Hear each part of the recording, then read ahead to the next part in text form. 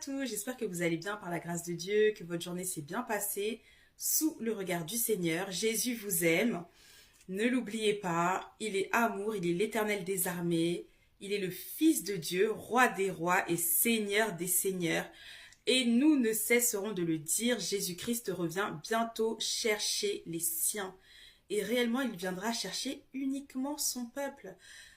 Toutes les personnes qui marchent dans la sanctification, dans la consécration, qui marchent dans la vérité, qui marchent dans l'humilité, ceux qui l'ont accepté comme leur Seigneur et Sauveur, il viendra nous chercher.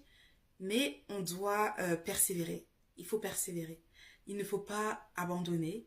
Et la Bible dit que même si un juste tombe, Dieu le relèvera toujours.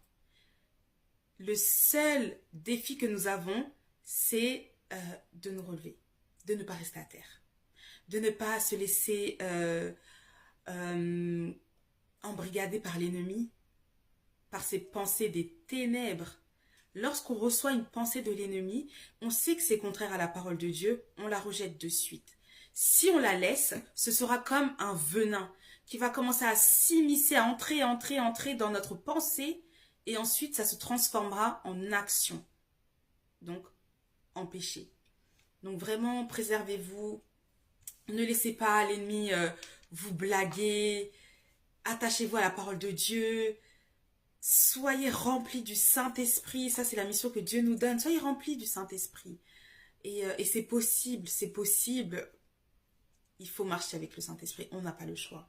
Le Seigneur dit que il est le cep et nous sommes les sarments. Il nous dit que celui qui est attaché à lui portera beaucoup de fruits. Et ensuite il ajoute quoi? Il dit sans moi vous ne pouvez rien faire. C'est la vérité. Sans Jésus-Christ on ne peut pas dire non au péché. C'est impossible. Pourquoi? Parce que quand on n'est pas en Christ, la Bible est claire. Nous sommes sous le joug de l'ennemi. Alors on peut faire de bonnes choses, mais en réalité, on ne peut aimer qu'avec Jésus-Christ. Pourquoi? Parce que l'homme, normal, hein, on va aimer les personnes qui nous font du bien, on va aimer les membres de nos familles. Oui, mais c'est pas ça l'amour. Le Seigneur dit que un ami donne sa vie. Vous voyez un peu? Et c'est ce que Jésus a fait pour nous, parce qu'il nous aimait. Il a donné sa vie sur la croix. Il aurait pu esquiver. Il est allé jusqu'au bout, il a obéi. On l'a maltraité, on l'a persécuté, on l'a blessé, on l'a crucifié. On l'a humilié, on s'est moqué de lui. Et pendant